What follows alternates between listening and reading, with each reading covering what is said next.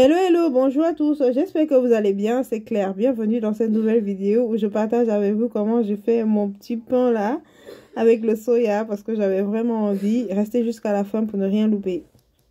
Pour démarrer la recette, on aura besoin d'un morceau de viande, privilégiez une partie où vous pouvez avoir un peu du gras, un peu de la graisse comme ici.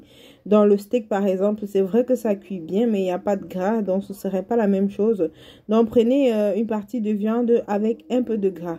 Alors ici, j'avais congelé la viande, comme vous pouvez voir à la découpe ici, parce qu'à la base, je voulais faire le kilichi, je ne sais pas si vous voyez. Mais au final, j'ai plutôt fait le soya, le kilichi, ce serait pour une autre vidéo. Une fois que vous avez découpé la viande comme ici, on va par la suite simplement assaisonner. Et pour l'assaisonnement ici, j'ai mis du sel et un mélange d'épices composé vraiment idéal pour le barbecue.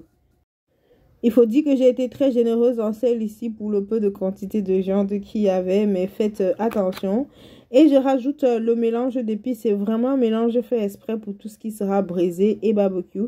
Et pour finir, je rajoute un bon filet d'huile. Il n'y a pas besoin d'en rajouter de trop, surtout qu'il y a déjà du gras dans la viande. Par la suite, je vais très bien mélanger, je vais laisser reposer voilà, le temps que vous avez devant vous. Ça peut être 30 minutes, ça peut être 1 heure. Vous pouvez également cuire directement, ça dépend du temps que vous avez devant. Ici, j'ai déjà préchauffé mon four à mon degré, donc j'ai mis directement mon assiette là pendant que le four préchauffait. Donc l'assiette est un tout petit peu chaude et je mets directement ma viande dans le four. C'est à mon degré, donc vous retournez à chaque fois jusqu'à cuisson. Temps de cuisson, j'ai mis à 180 degrés. Je ne sais plus exactement pendant combien de temps j'ai cuit, mais il faut retourner à chaque fois pour que ça cuise de tous les côtés. Et pour finir, j'ai directement rajouté mon oignon ici dans mon bac. Il faut dire que c'est encore chaud. Je n'ai pas besoin que les oignons cuisent, juste que ce soit bien chaud. Et là, je vais découper un petit morceau pour vous montrer. Donc, c'est bien cuit, c'est cuit à point. C'est vraiment bien cuit et c'est un peu sec. Donc, on va dire c'est un peu sec à l'extérieur, mais à l'intérieur, c'est vraiment bien tendre.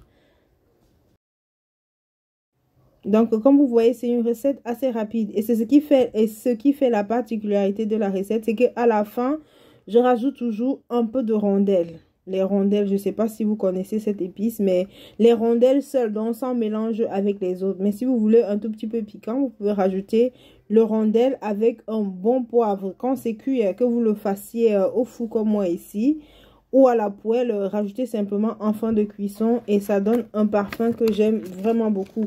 Un parfum et aussi un goût très agréable en bouche. Et voilà, par la suite, je vais rajouter les oignons. Il y a un peu d'huile qui a servi là pour la cuisson. Vous pouvez rajouter aussi et rajouter simplement les oignons comme moi ici. Et le petit plus qui fera la différence ici, c'est le cancan. Je rajoute vraiment le cancan pour pouvoir retrouver les saveurs comme si j'étais vraiment au pays là. Vraiment pour retrouver, voilà, c'est un must dans cette recette, mais si vous n'avez pas, c'est pas bien grave. Et voilà, rajoutez de la mayonnaise ou simplement de l'arôme et régalez-vous. Bon appétit!